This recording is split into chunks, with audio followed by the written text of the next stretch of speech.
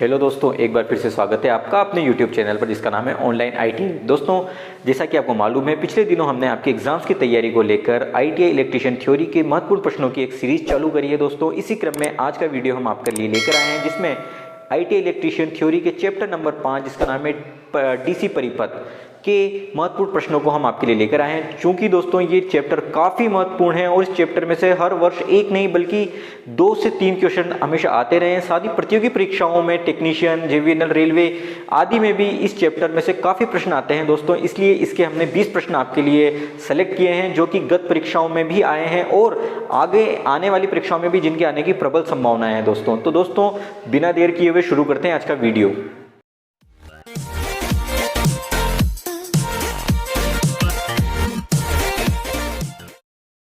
तो दोस्तों शुरू करते हैं हम।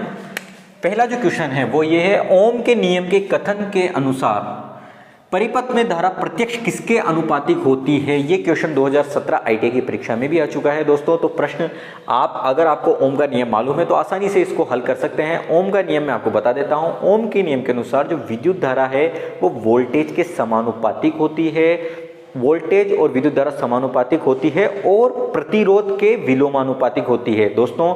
तो विद्युत धारा जो है वोल्टेज के समानुपातिक होगी और प्रतिरोध उसके विलोमानुपातिक होगा। तो दोस्तों प्रश्न पूछा गया है कि ओम के नियम के कथन के अनुसार परिपथ में धारा प्रत्यक्ष किसके अनुपातिक होती है। तो प्रत्यक्ष रूप से समानुपातिक या अनुपातिक होगी वो वोल्टेज के। तो सही उत्तर होगा आपका वोल्टेज। क्वेश्चन नंबर 2 पर आते हैं। शक्ति प्राप्त करने का क्या सूत्र है यदि करंट और वोल्टेज का वैल्यू पता है। शक्ति यानी पावर। शक्ति प्राप्त करने का क्या सूत्र होगा। अगर हमें करंट और वोल्टेज पता होगा तो दोस्तों शक्ति प्राप्त करने का जो सूत्र होगा वो होगा V इंटू आई। V यानी वोल्टेज और I यानी विद्युत धारा या करंट। तो दोस्तों तीसरे क्वेश्चन पर आते हैं।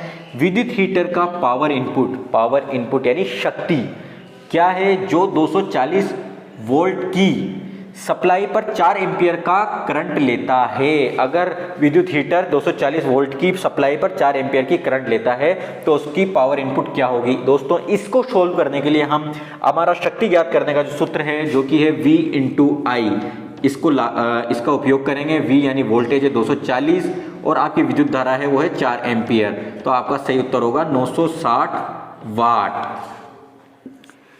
शक्ति की इकाई वोट होती है और इसको W से व्यक्त करते हैं। ठीक है दोस्तों, अब बात करते हैं क्वेश्चन नंबर 4 की। एक रैखिक प्रतिरोध ये भी एक प्रकार का प्रतिरोध है जो कि मुख्यतः एसी व डीसी यंत्रों में उपयोग में लिया जाता है। तो दोस्तों एक रैखिक प्रतिरोध उपरोक्त में से किस नियम पर लागू होता है। प्रतिरोध संबंधित ज्यादातर ओम के नियम से होता है। तो दोस्तों इसका सही उत्तर होगा ओम का नियम। दोस्तों एक रैखिक प्रतिरोध उपरोक्त में से ओम के नियम पर लागू होता है। ठीक है दोस्तों, ये प्रश्न भी 2014 की आईटीआई मुख्य परीक्षा में आ चुका है। ये एक महत्वपूर्ण प्रश्न है, तो इसको हमेशा अच्छे से पढ़ाई करें, इसकी अच्छे से इसको ध्यान रखें। 5वां क्वेश्चन है, 20 ओम के एक प्रतिरोध में कितनी कंडक्टेंस होगी। कंडक्टेंस का मतलब होता है चालकता। तो दोस्तों 20 ओम के एक प्रतिरोध में कितनी कंडक्टेंस होगी, इसको ज्ञात करने के लिए हम सूत्र का उपयोग करेंगे जो कि है G बराबर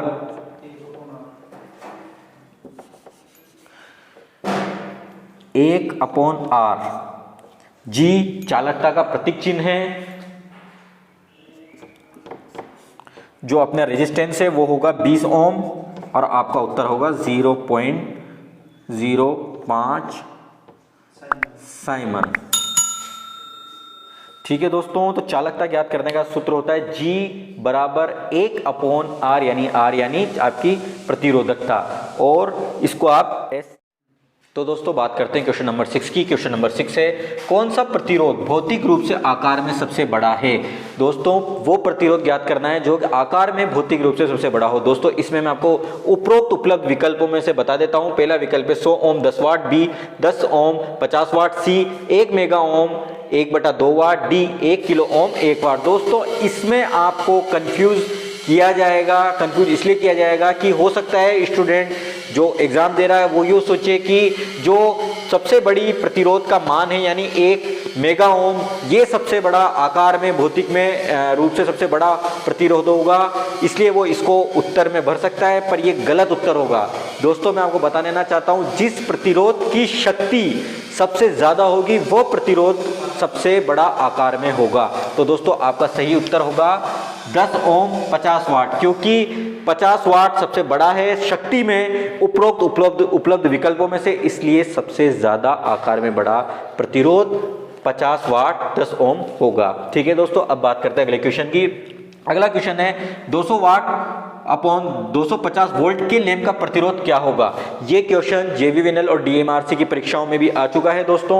इसको सोल्व करने का मैं आपको एक फॉर्मूला बताता हूं। इसका सोल्व करने का फॉर्मूला ये होगा, R बराबर V2 अपॉन P, P यानी पावर और V यानी वोल्टेज और R यानी रेजिस्टेंस। तो दोस्तों मैं इसको यहाँ पे सोल्व कर देता हूँ। जो आपका वोल्टेज है ये है 250 वोल्ट, 250 इंटू 250, और जो आपका शक्ति यानी पावर है ये है 200। ये 0 से 0 इसको अपन काट देते हैं। 25 इंटू 25 यानी 625 अपॉन 2, इसको अपन जब सोल्व करेंगे तो आपका उत्तर आएगा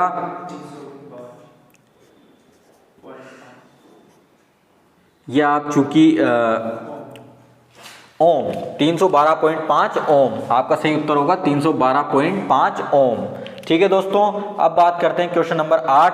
क्वेश्चन नंबर 8 है क्वेश्चनिंग उद्देश्य आर के लिए किस प्रकार का प्रतिरोध प्रयोग में किया जाता है? ये क्वेश्चन 2015 की परीक्षा में भी आ चुका है दोस्तों। इसका जो सही उत्तर होगा वो होगा एनटीसी रजिस्टर। ठीक है दोस्तों, तो क्वेश्चनिंग उद्देश्य आर के लिए किस प्रकार का प्रतिरोध प्रयोग किया जाता है? तो सही उत्तर होता है एनटीसी रजिस्टर। अब दोस्तों अगला क्वेश्चन आता है, ये एक महत्वपूर्ण प्रश्न है। ये 2014, 15, 16 की परीक्षाओं में आ चुका है दोस्तों। ये जो प्रश्न है मैं आपको बता देता हूं। क्वेश्चन नंबर 9, एक कार्बन प्रतिरोध पर पीला, बैंगनी, नारंगी व रजत रंग की पट्टियां छपी हैं, तो उस प्रतिरोध का मान क्या होगा?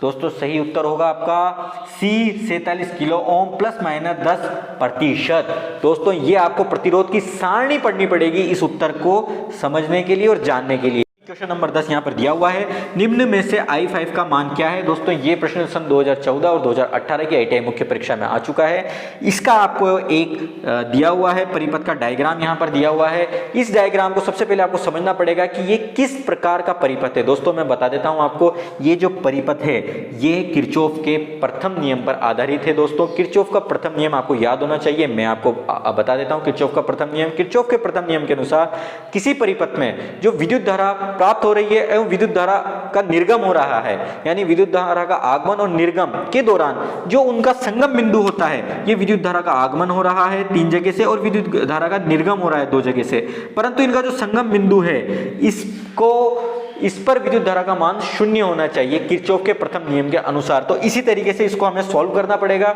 इसको हम सॉल्व कैसे करेंगे मैं आपको बता देता हूं। किरचॉफ के प्रथम नियम के अनुसार विद्युत धारा के आगमन यानी I5, I4 और I3 का मान विद्युत धारा के जो निर्गम है यानी I1 प्लस I2, आगमन व निर्गम का मान समान होना चाहिए संगम बिंदु पर किरचॉफ के प्रथम नियम के अनुसार। तो दोस्तों यहाँ पर I5 का मान नहीं दिया हुआ, यह हमें ज्ञात करना है।